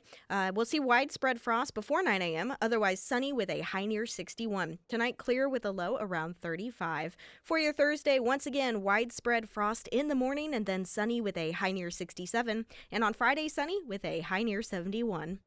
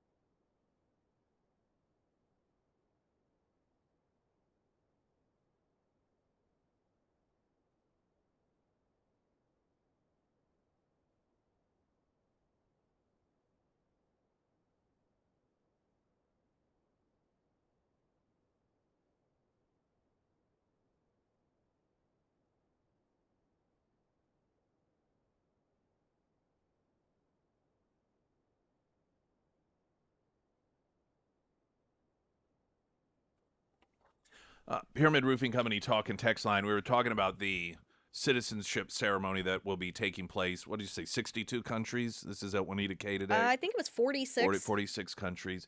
And because I was talking about, I am really sick and tired of this BS about we have to have a pathway to citizenship. We have to, all of these millions of illegals, we've got to have a pathway to citizenship. When there is a pathway to citizenship, people take it all the time. I know my sister-in-law took it. It happens right here in Springfield. Katie, who works here, last year, she became a citizen. She took that pathway. Anyway, a text message regarding that saying, "Good morning, Nick. I was just listening to you on the radio about the legal immigration for citizenship. I want to say I'm headed to that event in Springfield today. I'm extremely proud of my daughter-in-law, who's from the Philippines, that she is getting sworn in as a citizen today. She worked really hard to achieve that goal. It's really sad that a lot of people miss out on this honor in their life because of some dishonest party that we have in this country. And that's, we don't highlight this. All of the attention is demanded to be paid in a sympathetic way to people who come into this country illegally. Oh, they would just do anything. Oh, well, no, they wouldn't do anything. Because if they would, then they would do it legally. And all of the attention and the sympathy and the praise. I mean, you hear, oh, they're calling them dreamers. And while many of the individuals labeled as dreamers were brought here by their parents, so it wasn't some willful act that they took upon themselves. Can you imagine if we paid even a tenth of that attention and praise towards people who actually did it legally?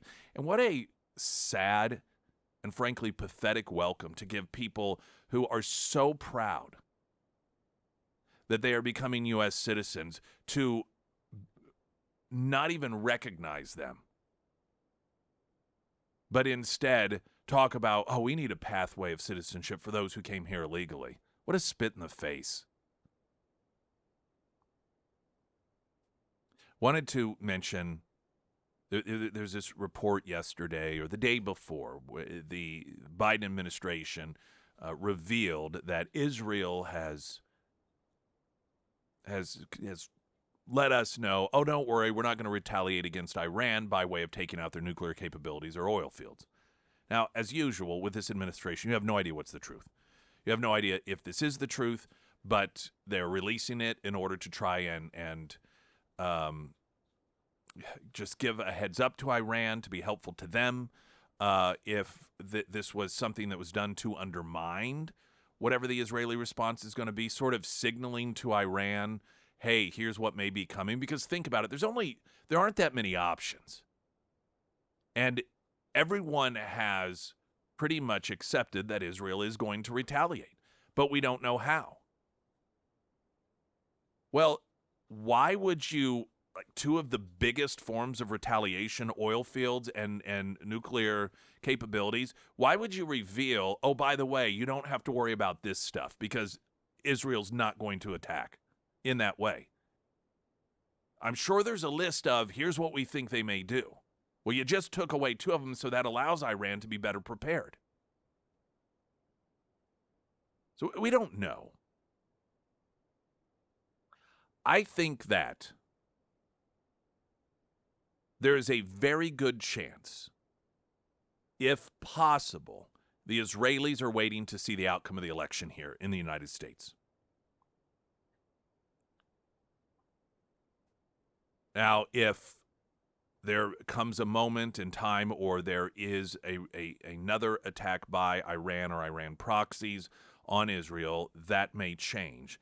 But I think what is probably happening here is the Israelis, if they can take down Iran, or, and I don't mean as a full country, but take them down in a capacity that makes it very difficult for them to fund another October 7th, and if they can do that without doing it militarily, I imagine that they probably would like that.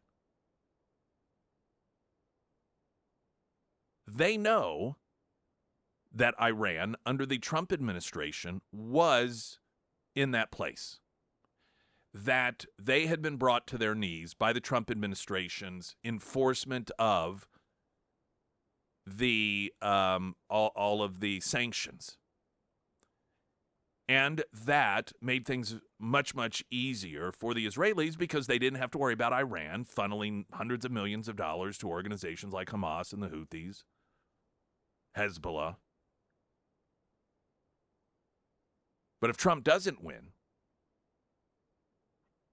and they recognize that not only will a Harris administration not bring Iran to its knees, but it's going to be more of the same. And that is waiving sanctions so that Iran can get hundreds of millions of dollars that we fully acknowledge they turn around and use in order to try to destroy Israel. Now, of course, the irony of it all is the reality is different than the presentation, because what we're all told is that Donald Trump is this crazy individual that's going to cause World War III, as opposed to the brilliant diplomatic minds of the Harris and Biden circle who understand how it is that you bring people together. But the reality is that if, in fact, Israel's waiting to see if they can wait this long, what happens with our election, what makes sense in the context of reality is it will be up to them if Harris wins re-election. They are going to have to take military action, or if she wins the election. Israel's going to have to take military action in order to try to get Iran back in a place where they cannot fund another October 7th attack. But they also recognize if Trump wins, then they may not have to take those military steps because they're not necessary in order to bring Iran to its knees. And we know this because Trump did it last time he was president of the United States, which is one of the reasons that the atmosphere was fertile for the Abraham Accords, because Iran was much less of a threat, not just to Israel, but the entire region.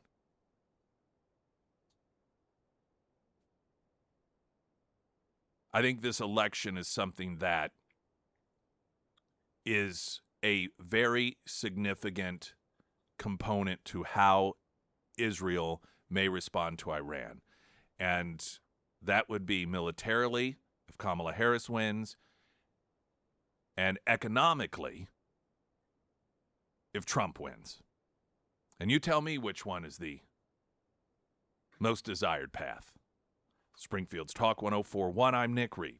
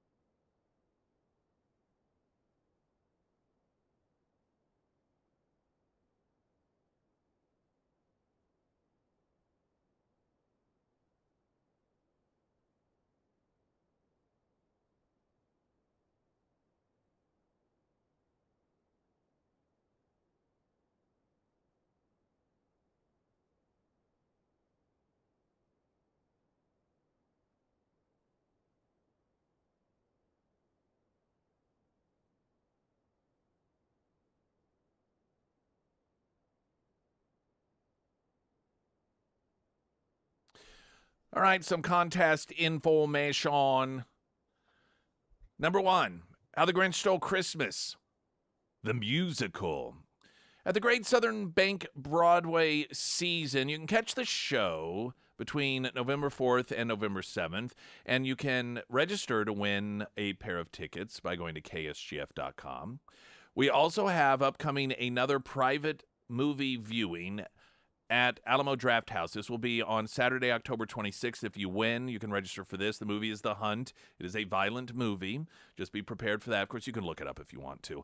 And if you win, then you and a guest will join us on Saturday, October 26th, the 5th at Alamo Draft House. You get popcorn, soda with that. Of course, you can also buy yourself dinner and drinks if you'd like to do so. So those are a couple of things we have. And then if you want to register to win tickets to either of the most, well, they seem to be the most popular haunted houses in the Springfield area, then you can go to texting us. And this is for the Hotel of Terror, Dungeons of Doom. Text the word evil to our text line, 417-447-KSGF, and that'll get you registered to win tickets for that. Okay, I think I got all that out of the way. Traffic now.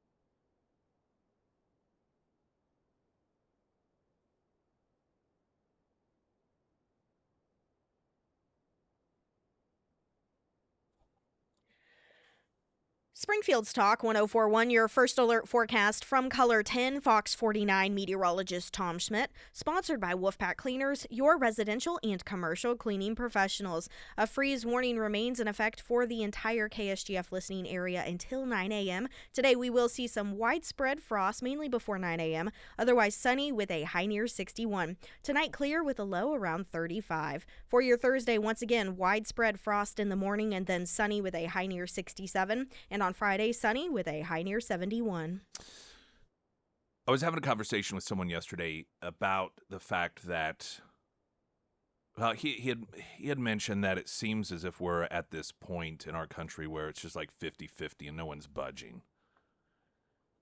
And I think that there is some truth to that, particularly with Democrats, because they have been conditioned to believe that their way is the only way.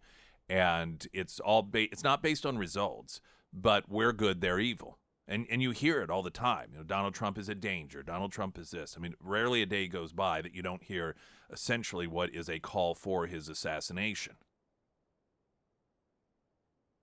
And when your perspective is reduced down to, oh, well, it's just because I'm good and my opposition is bad, then you don't have to think about issues. You don't have to understand the issues. You don't have to learn.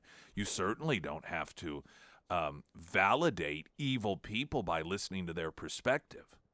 And so those people, much like any sort of cult, they get locked in. And it's very, very, very difficult to get them to start thinking for themselves again.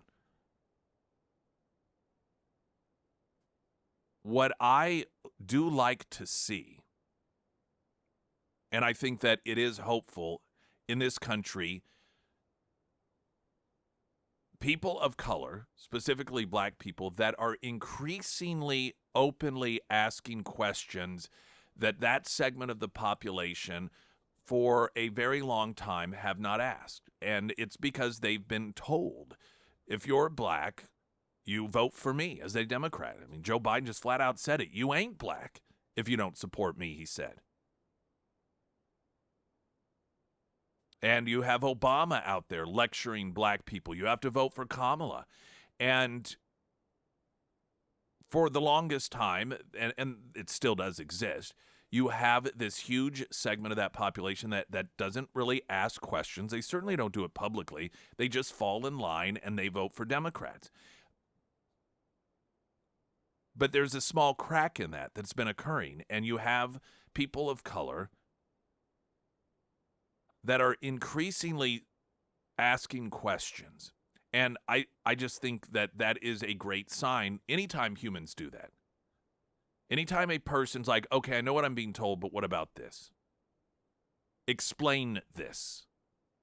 And then listening to the answer and evaluating whether or not that answer is something that makes sense to you, as opposed to, oh, well, I asked the question and they gave me an answer, so that's all that's necessary.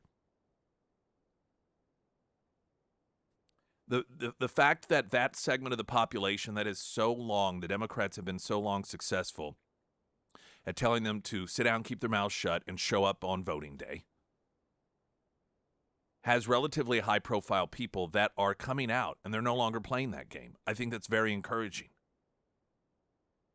There's a podcast called The Art of Dialogue. And a rapper, DJ, producer, actor by the name of Lord Jamar was asked his opinion about what's going on, and this whole idea that black people are told, because you're black, this is how you have to vote. When you looking at a Kamala rally, right, when you see rappers like Quavo, Megan Thee Stallion at her rallies, how does that make you feel? It's more of what I said earlier. It's more of her trying to pretend to be black. It's more of her insulting your intelligence. Oh, all we got to do is get who's the hot rap girl right now? Is it Meg Thee Stallion? Okay, let's get Meg Thee Stallion up here. You know, who else? Who? Quavo? Can we get the Quavo? Okay, yeah. And I'll just act like I'm cool with them, and that should be enough to make the black community feel like I'm down, like I really know what's going on. You know what I mean? Like, it's just, again, it's just insulting. It's disrespectful. I don't like it. I don't see how anybody falls for it. She's also doing that because nobody's coming to her fucking rallies. Nobody's coming to hear her speak. They're literally paying people to go to her. They're paying people to get on buses, and they're shipping buses to go to her fucking rallies, bro. Meanwhile, she's lying about the Trump rallies. Talk about, I heard your rallies, people are not that many people, and people leave of boredom. Bro, I just had my man. There was a Trump rally out in Long Island. I had my man Jamar Milton go on behalf of the God Pod with Lord Jamar on YouTube. I had him go and have boots on the ground, a black man at a Trump fucking rally or whatever at Nassau Coliseum, he said it was packed as fuck. He said, as a black man, he felt no racism whatsoever out there. They actually like brought him in type of shit. You know what I mean? Like he felt welcomed to be there by the people that was there. Who he didn't feel welcomed by were the demonstrators that were against Trump. They were the ones looking at him like, oh, what are you doing over there? Like, and he didn't have any Trump regalia or anything like that. He was just there to do interviews, just to say, why are you voting for Trump? Why are you voting for Kamala? Like, and he was being harassed by what we have now termed as radical Democrats, okay? Because there are radical Democrats out there. What do you think that was who tried to assassinate Trump? Those are radical Democrats. Y'all are acting like the Republicans are the ones with the guns and all of that, but radical Democrats have now twice tried to kill this nigga. The f are we talking about here? So please let this term radical Democrat start going around. I hope it starts to get popularized because you've got a good channel here. And yeah, radical Democrats. You know another term I'd like to popularize? Let's start calling Kamala the Artful Dodger, okay? She's the Artful Dodger. That's what she does when she don't answer no question. And what was that, a book or some shit that people read in high school? But she's the Artful Dodger. That's her new fucking nickname. All right, so that's some of that interview from rap legend Lord Jamar. He also would add later in the interview, quote, this woman's not qualified to run Dunkin' Donuts or a 7-Eleven, which is kind of interesting that he would reference 7-Eleven, given that she is half Indian, and Joe Biden claimed that you can't walk into a 7-Eleven without speaking an Indian accent. That racism is okay, though. I think oftentimes that declaration is made in order to make a point, saying that she's not qualified to run a Dunkin' Donuts or a 7-Eleven. And it's to suggest that that's like a really easy job in order to peg her as someone that is completely incompetent. But I would argue that that is not rhetorical. I genuinely believe she could not manage a restaurant, a gas station, a donut. And I'm not saying that in order to be demeaning, because it's not an easy thing to do, first off. You know, you drive by some of the, I don't know if it's running on all the area signs, but on 60 going through Republic, the Domino's sign there has a display hiring managers $100,000 plus. And the reason that some of those positions, and fast food restaurants, especially regional managers, you can make six figures because it's not an easy job. You're talking about leadership and managing people.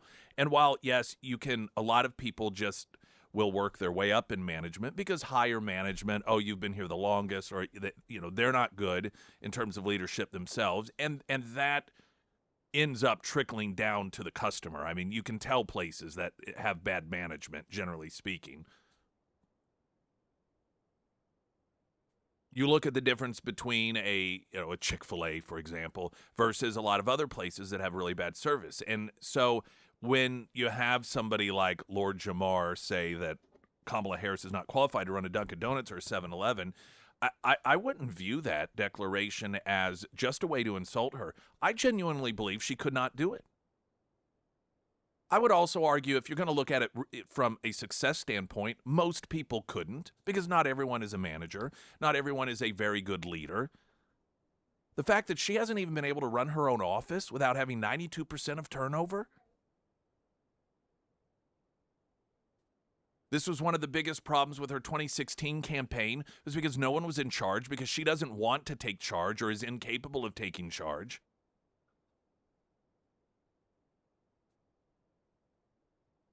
And if you could somehow in a vacuum do a fascinating experiment like this, to give her a, whether it was a 7-Eleven or, locally a Come and Go or a Casey's, and say your job is to manage this and give her a year and see what happens?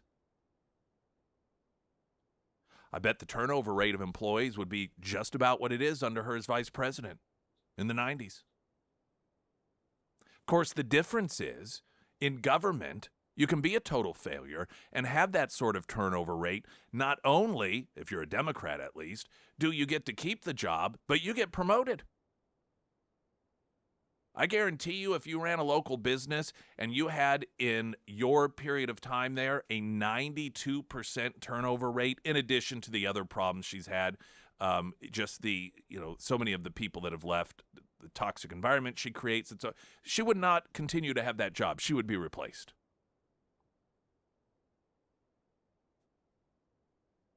And this is something that millions and millions and millions of people are planning on voting for to run the country. Springfield's Talk 104.1. I'm Nick Reed.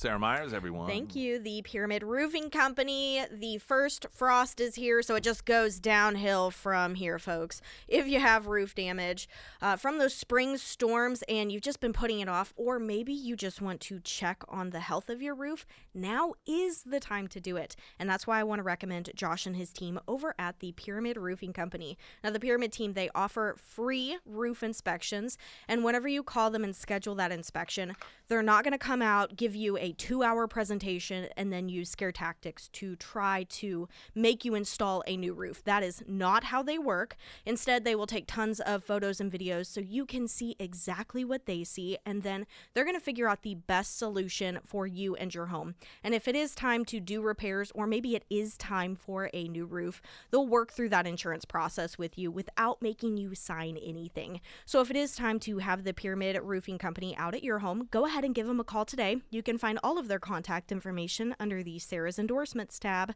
at ksgf.com.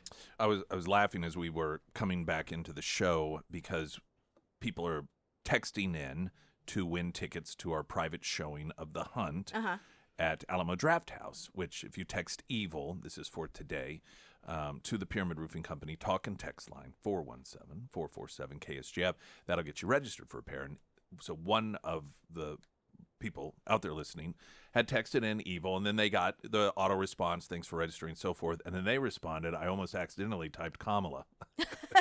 I thought that was close pretty enough. Funny. I thought that we'll count it. We should have had those keywords developed to be along that theme. I thought that was funny.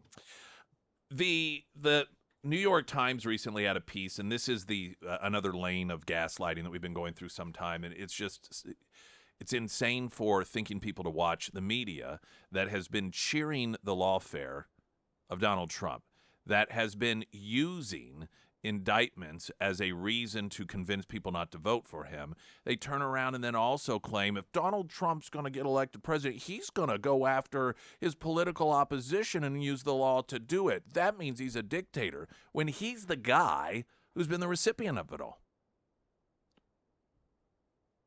Joe Biden had this to say regarding the issue of imprisoning his political opposition. There's 3 other major cases waiting for him when he loses. And by the way, 34 felonies. So far, he hadn't got sentenced. He got the sentence kicked back, but I want to watch that sentence. Well, Donald Trump's not running for you. He's running for himself. I think he's running to stay out of jail. What's he got left? So if you couldn't hear through the mumbling there, he was saying, I can't wait to see him get sentenced. He's openly at this point. The Democrats are openly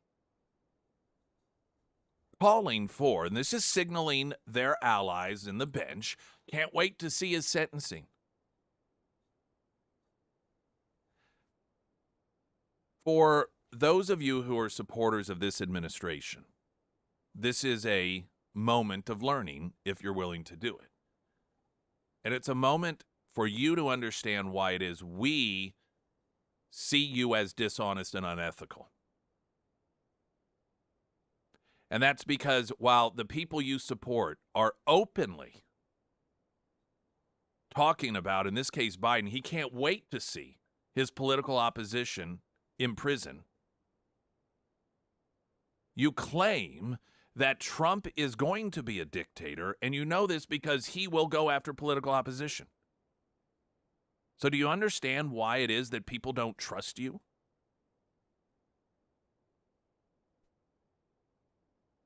Part of what the Federalist actually has a breakdown on the gaslighting of the New York Times and others running around talking about how Trump is going to do what the Democrats are doing and go after political opposition.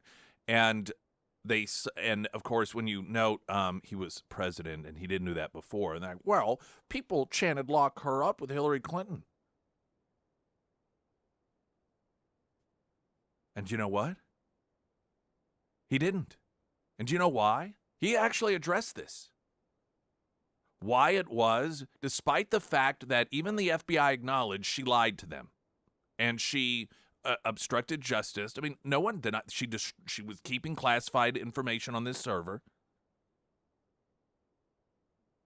You know why Trump didn't have the Justice Department go after her? Because he said it would be divisive. And that we didn't need that division in this country. So he told his Department of Justice, stand down, let her go. Yeah, quite a dictator. As opposed to Joe Biden, who has openly declared he can't wait to see Donald Trump sentenced. Springfield's Talk 104.1, I'm Nick Reed.